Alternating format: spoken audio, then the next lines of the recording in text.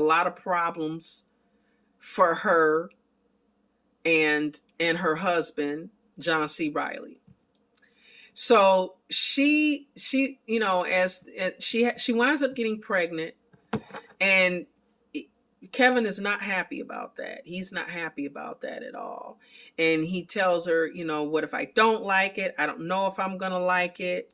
And we have all these little scenes with him being like really, really, really defiant. Like there's a scene where she's trying to get him to count, and she's like, well, what comes after 9? He says something like 21.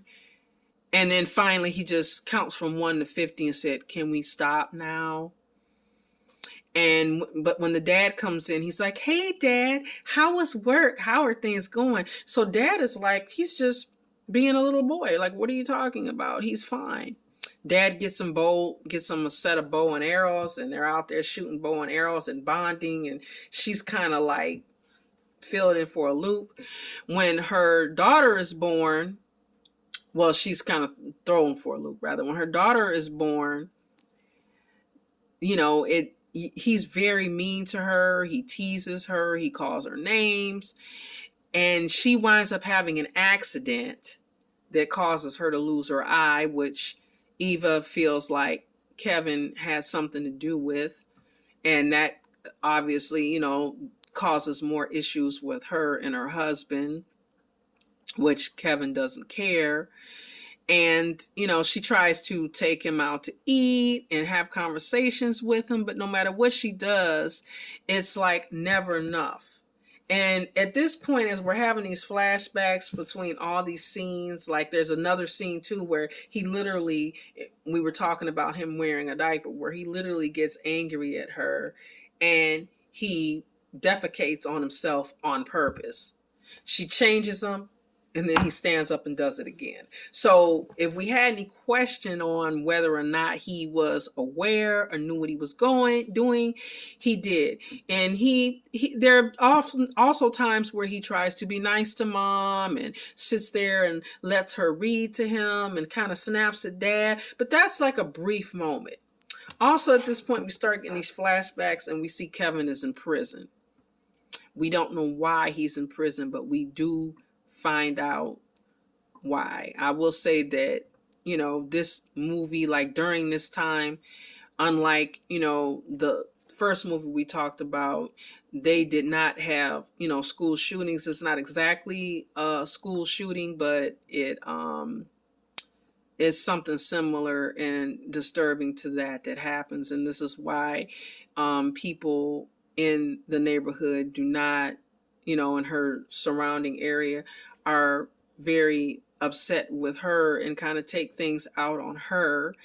And she just feels like a loss. I mean, this movie is kind of like, I think it's almost equally about Kevin and equally about Eva, because they're so intertwined in this film. Tilda Swinton's performance is just like phenomenal, because she's gutted. She's gutted through everything. The wall that comes between her and her husband as a result of this, her disconnection with this child. She loves this child and she's trying, but she can't reach him. He's like stone. Very, very, Ezra Miller, Jasper Noah as little Kevin is great. He's really great at just, having that kind of blank stare and that look and the voice, but knowing, again, like Patty McCormick in The Bad Seed, how to pivot and change it around to fit different people in order to, keep up his facade. But when Ezra Miller takes over, he's excellent. You got to give it to him. It's really frightening. And, and there's a standout scene where he's telling his mom, he said it's like, and this goes into the serial killer culture, right, guys? He says, people are actually on TV watching people watch people on TV like me. So he's literally talking about like that whole fascination that we all have, and hey, I do too, with that sort of thing. And making, so this movie is kind of like a comment on what's going on in society. And I know we're kind of doing a review and getting off, but like I said, with this one there was a lot, and I feel like a lot of people, it wasn't quite a financial success, and I don't think it got enough promo, but it's very, very good. It's an excellent slow burn. This one is on Prime as well. I also think it's on Tubi. I'm not sure, it might not still be, but this is a good one. And this kid, like I said, he is awful. I mean, as he's growing up, and it's very frightening because you really don't know why. You know, they kind of give us some explanation and try to in Orphan, and they try to also in The Bad Seed. But in this one, we really don't know. There's a point even where mom asked him, and we really don't know, because this woman literally tried everything she could to, you know, to fix this and to reach him and to help him. And you get the feeling that there's still a part of her that hopes there's something inside of him that she can reach. And even though she has nothing, she's still trying to give. She's still visiting. She's still trying to give. So there's a lot going on, a lot to unpack, and, you know, in this movie. So we need to talk about Kevin Ezra Miller, Tilda Swinton, John C. Reilly is excellent. Now, last but not least, I want to talk about two films. The first one was the first horror movie I ever saw in my entire life, and that is the 1976 is The Omen, and we're going to talk about The Omen 2, 1978. Oh my gosh. I remember asking my grandfather, can I see this movie? Am I allowed to watch it? And him asking me, you know, do you think you can handle it? And little Danny saying, yeah, I got this. And then just coming home and being so scared and having my hand on the light and jumping under the covers and just covering my face because I was so frightened by this movie and so scared by Harry Steffens mostly, who we're going to talk about Harry Steffens and Jonathan Scott. I want to say Taylor. But we'll get to that. But both Omens had legit star power, okay? The first one had Lee Remick, Gregory Peck. I mean, we're talking about, you know, To Kill a Mockingbird, Gregory Peck. I mean, it also had David Warner. I mean, David Warner, for you guys horror fans, I mean, David Warner almost was, here's a trivia fact. I don't know if you guys know this, but he was almost, Robert Englund's, he almost had his job. But scheduling differences conflicted, and Robert Englund got that job. And if you don't know, but I'm sure if you're a horror fan, you do know we're talking about Nightmare on Elm Street, Mr. Freddy Krueger. But anyway, David Warner is in this film. He's great. He's a photographer. Harry Steffens plays Damien. Now, this story starts. Now, this is another, I guess you could say, OG. Oh, and the second one, we had William Holden and Lee Grant in that. We also had Lance Hendrickson for you horror fans. I mean, you got to know Alien, Pumpkinhead. You know, you can't lose with Lance Hendrickson. You can go on and on. His resume is like totally legit. But this movie, you know, everybody knows. I mean, Damien has become synonymous with evil. South Park has done an episode where they did a riff on it. And he was, I mean, it's not a spoiler to say he's the devil's son, you know. So we got a written original OG, the Antichrist. And can you get any more eviler than that? So this movie starts, we got Gregory Peck and Lee Remick, and, you know, he gets a phone call. He is in politics. He gets a phone call that, you know, his baby, you know, has not made it. His wife went into labor and his baby didn't make it. So he gets there and he's all distraught. He doesn't know how he's going to tell her. She doesn't know. The baby was born, but they tell him, you know, the baby passed. And so he's like telling this priest at the hospital, I don't know what I'm going to say. I don't know what I'm going to tell her. And he's like, well, wait a minute. I might have a solution. The solution is there was a baby born. This baby has no family. The baby even kind of looks like you and your wife. And Gregory Peck decides, okay, looking at tell my wife that we lost a baby, or don't tell and break her heart, or don't tell her and take this cute baby home and raise it my own. Now, I'm not saying this is the best decision. I'm not saying this is a decision that I would make. There's a lot to could be said, but if you've seen this film, or if you do watch it, you will see that this was a decision based on love, at least for Gregory Peck. In this instance, he thought he was doing the right thing. The priest even tells him, tonight, Mr. Thorne, God has given you a son. And I think he believed that. So he takes little Damien home. And they start raising Damien, and everything's going fine, and everything's going good, and it's just awesome. And then Damien has a birthday party. Now, this is one of the pivotal scenes in this film. This is where we really, because we don't know at this point. We really don't know. We just know that this man has done this kind of like baby replacement thing, but we don't know, about the evil stuff yet. So the nanny seems to be very attached to him, right? There's even a scene where Lee Remick comes up to him and is like, I'll take him. And she's like, no, ma'am, I have him. And then there's this scene now, dogs, the Rottweiler, if you ever seen the Omen, it's like the Rottweiler is the animal for the Omen. And then when Omen 2 comes, it's a raven. So anyway, she sees this Rottweiler and she makes eye contact with it, right?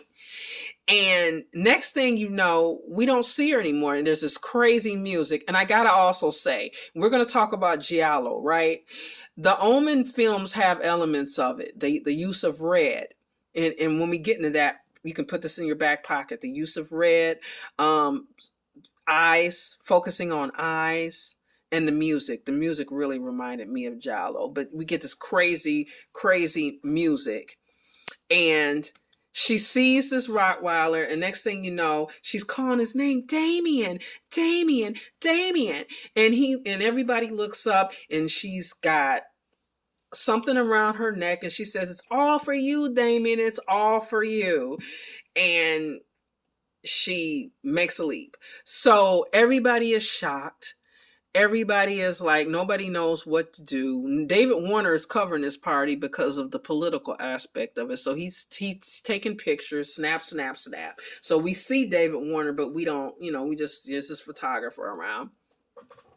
So after, the nanny, passes, a new nanny comes to replace her. And this Mrs. Baylock is so creepy. And it's weird because she just comes out of nowhere and they don't even question it. For them to be who they are, this woman just comes in and the wife's like, well, did you call her? And Gregory Peck like, no, I didn't call her. And do you have references? And she's like, yeah, I've got references. The agency sent me. And she just tells them that. And they're like, we'll check on it later. So next thing you know, creepy Mrs. Baylock is there. And I say creepy because she looks creepy. I don't know how they didn't think she looked creepy.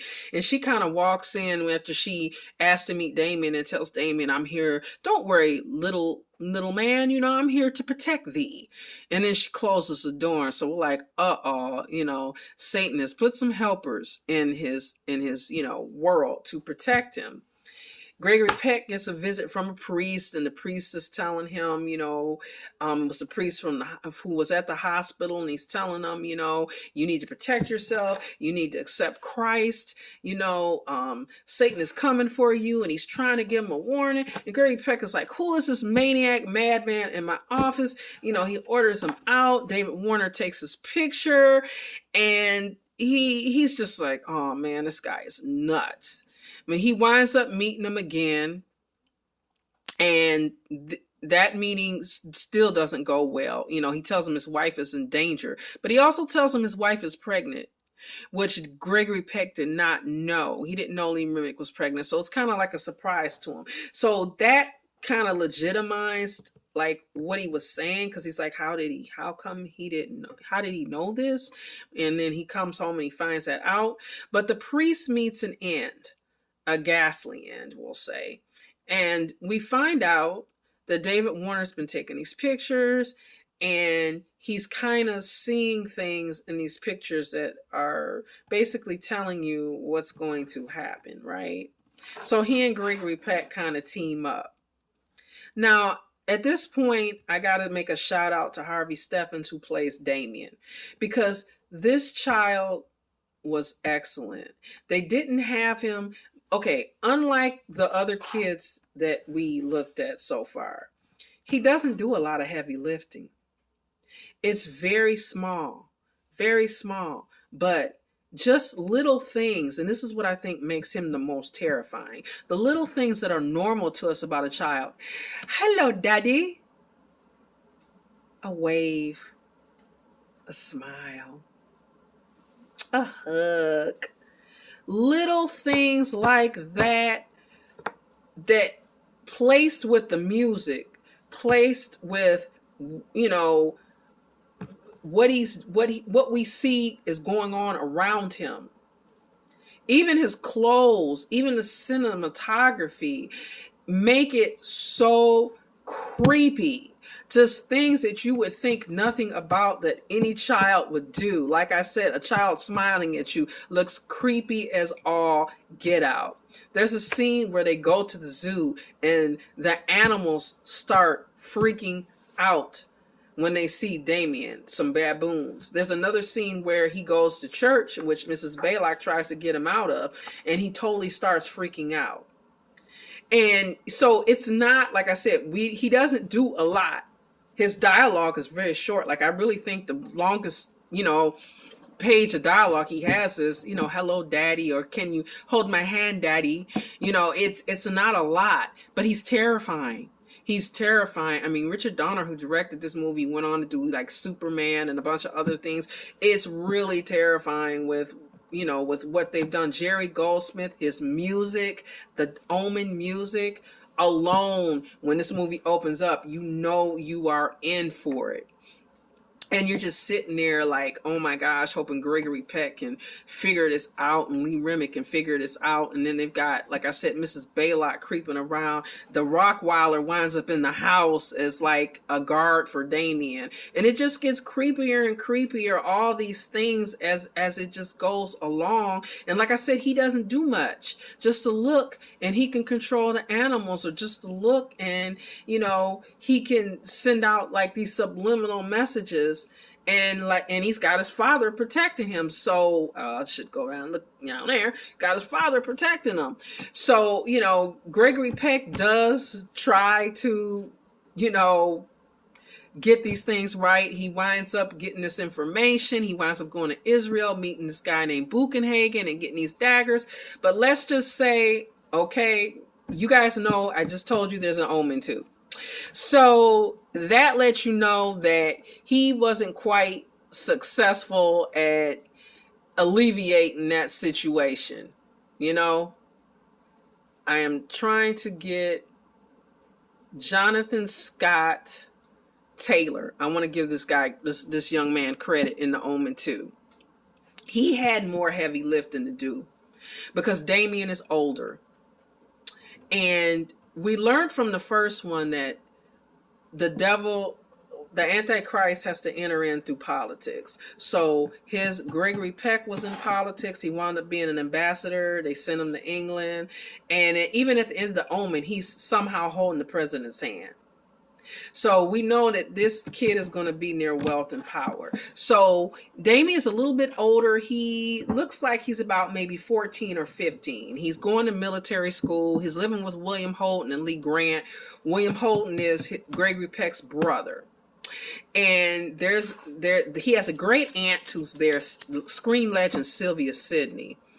Lots of screen legends in here. And she doesn't like Damien, right? So that we already know that's not going to bode well, because people who don't like Damien don't make it. So she and William Holden had this big argument where, she's basically telling him, right now I'm holding the purse strings, and when I go, if you don't take him out of the wheel and split the boys up, because William Holden has a son, Mark, who's like almost like a brother to Damien. If you don't split the boys up and split them as, put them in separate schools, I'm gonna give all my money to charity. And they have this big argument. His wife, who is his second wife, Lee Grant, is really mad. She's like, either she needs to get out of here. How dare she say these things about Damien, so on and so forth, and Scooby Dooby Doo. And when Aunt Miriam goes to go to bed that night, we see our first ravens. So like I said, in the first one we have Rockweilers, in this one we have ravens. And when you see that raven, it does not bode well. So it doesn't bode well for Aunt Miriam. And we kind of see that more in this movie. We see more how Satan and in the dark world, are using their powers to not only protect Damien, but protect his protectors. In which, in this movie, he has several. Robert Foxworth, another great, is also in this film, and he plays like a vice president in William Holden's company, and he knows who Damien is. Also, Lance Hendrickson, as we mentioned, is one of the instructors at the military academy, and he lets Damien know. In fact, he's the one who kind of puts him on that path, because there's this really chilling scene where he's not paying attention in class, and one of the professors is like, our teachers are, what are you doing? What am I'm saying, our teachers are, I'm a teacher, right? Former teacher. But he says, what are you doing? And he's like, I'm drawing. And so to kind of embarrass him, he brings him up and he says, okay, let me ask you some questions. So he starts asking him some questions, and that goes into him asking dates. So he's asking him like, all these historical dates, when the Civil War ended, when did Lincoln get assassinated, when did this happened with Caesar's assassination. And he's just like, Damien just knows it, and he's coming back at him. And Lance Hendrickson calls him out, and the teacher's all flustered. He said, you can't do that. You can't let people know who you are. Your time will come. So he tells him to read the book of Revelations. Now, we also have Buchenhagen, we see in part 2. Like I said, I don't want to get too deep into like every single event in the film, but there is someone much like the first one who wants to try to get William Holden's attention to tell him the truth. So there are people trying to do that. They kind of put the pieces together. One is a reporter who actually has an interview with William Holden, and that does not go well. And there's a very harrowing scene with this particular reporter, who just happens to be wearing red, bright red. Like I said, a nod to Giallo. And, we see the ravens, and she meets the ravens in a very Alfred Hitchcock bird-like scene. It's really, really, there's a lot of awesome scenes in these films. So we got all these people trying to protect Damien, and this is a Damien who is confused in the beginning. He doesn't really know. He feels like something is happening to him. He tells Lance Hendrickson, I don't know how I knew these answers. I just knew. And like I said, he tells him, you need to read Revelations. And he has a scene. There's a scene where he's like, why me? Why me? He literally goes out to like somewhere on their property, because they're very wealthy, and it looks like a lake or something. And he's like, why me? Why me? Why did you choose me? And I give this actor, like I said, he had more heavy lifting to do, because he had to literally go from being confused and scared to owning it.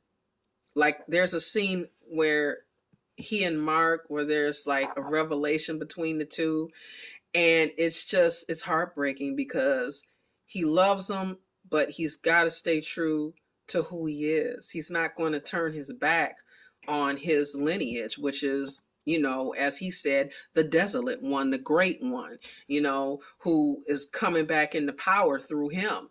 So he really had to really convey I would say still at a young age, 13, 14, this kind of fear. Just imagine it, everything that's going on with you at that age. And if you found out like you were the Antichrist, and, someone that you cared about knows and is not willing to go along with this. And so it's really hurtful. It's because you can feel his pain again, kind of like with Esther. We feel his pain, we see it, but it's like he's the devil's son, so it's like it's hard to feel sorry for him. But then again, you're thinking, well, he's still a child. He didn't ask for this. It's not what he wanted, but it's what is. And he jumps, in the end, he jumps right into it. I mean, there's an Omen 3, there's an Omen 4. I would not quite recommend that. But it's there.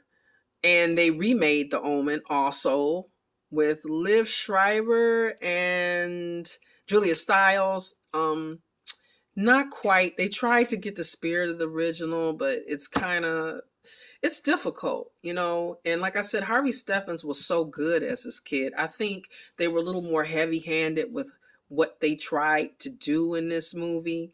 I mean, in the remake rather than, I think, with Harvey Stephens, where, like I said, they kind of just let him be a kid, and they kind of just made the environment work with him. So it's kind of like, just smile, just say this, and then we got the music, we got this, we got that. Where I think with this one, they kind of tried to put more on the kid, and that's difficult because with great acting, you don't want to look like you're acting. It's just how it is. You want to be natural. So, but again, this one is on, both of these are on Hulu. Both of these are on Hulu. So highly recommend them. I think actually the remake is on Hulu, and I think they're all on Hulu actually. So if you have that, it's available. I want to do some honorable mentions. Carrie, I don't think she's evil. She did some things, but if you've seen Carrie, also The Good Son, If I Let You Go, Do You Think You Could Fly? That's another good one.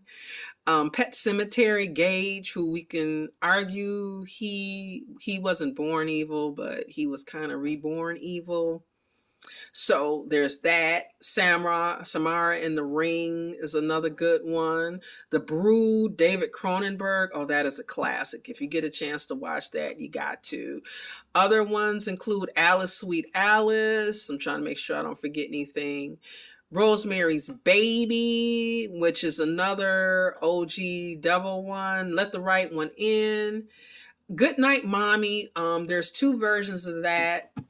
I like the original version, not the American version, but that one wasn't bad either. I think that is on Amazon Prime. And one that I like to watch for Christmas is Better Watch Out. That's a good one. That one, that is a good one. That one I think is on Tubi and Amazon Prime. So those are some honorable mentions. So I hope you enjoyed this first inaugural show. Also, we're going to be doing. I think I'm going to let you guys with a surprise. I'll probably be doing a live and let you guys know on Instagram what the next one is going to be. But I hope you guys enjoyed this, enjoyed talking about this, and let me know, what you thought. If you watched these movies, if you liked them, and if you thought that there was any that we didn't mention. Oh gosh, Children of the Corn. That's another good one. There's so many of them, but I don't think there's any like the original. I think the first one was the best. And of course, Stephen King's story, Children of the Corn, and the book Carrie are excellent reads. So if you get a chance to read that. Another one with I wouldn't say she's not evil, but she has the power of telekinesis, and that would be in Firestarter, Charlie and Firestarter. That was really good. I did not see the remake. If any of you guys saw it, let me know. I only saw the original with Drew Barrymore, and that was awesome. So again, let me guys know what you thought, and I will be talking to you soon. I will see you on Insta, and stay different. Bye.